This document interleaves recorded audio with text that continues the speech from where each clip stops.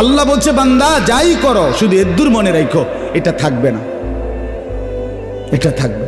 দুনিয়া যতই সাজাও বান্দা মনে রাখো তুমিও থাকতা না, দুনিয়াও থাকতো না। তুমিও যেমন মৃত্যু হবে এই কায়নাতেরও মৃত্যু হবে।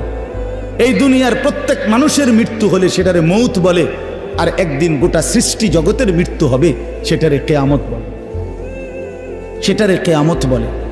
কেউ থাকবে না, আল্লাহ কথাটা বারবার মনে করাইছে। তোমার যেমন মৃত্যু হবে সৃষ্টি জগতেরও মৃত্যু হবে। ইজা সামাউন ফাতারাত ওয়া ইদাল কাওয়াকিবুন তাসারাত। আল্লাহ বলেন ইজা শামসু কুফিরাত।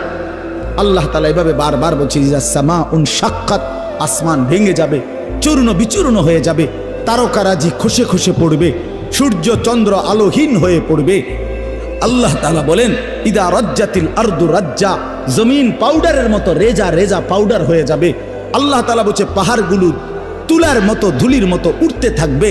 আল্লাহ বলছে বান্দা একদিন আমি গোটা কায়নাত আমি শেষ করে দেব, আমার সংসার আমি গুছায় ফেলবো, আমার এই কায়নাত আমি আল্লাহ তাআলা ইসরাফিলের সিঙ্গার ফু দিলে আমি আল্লাহ তাআলা গুটিয়ে ফেলবো।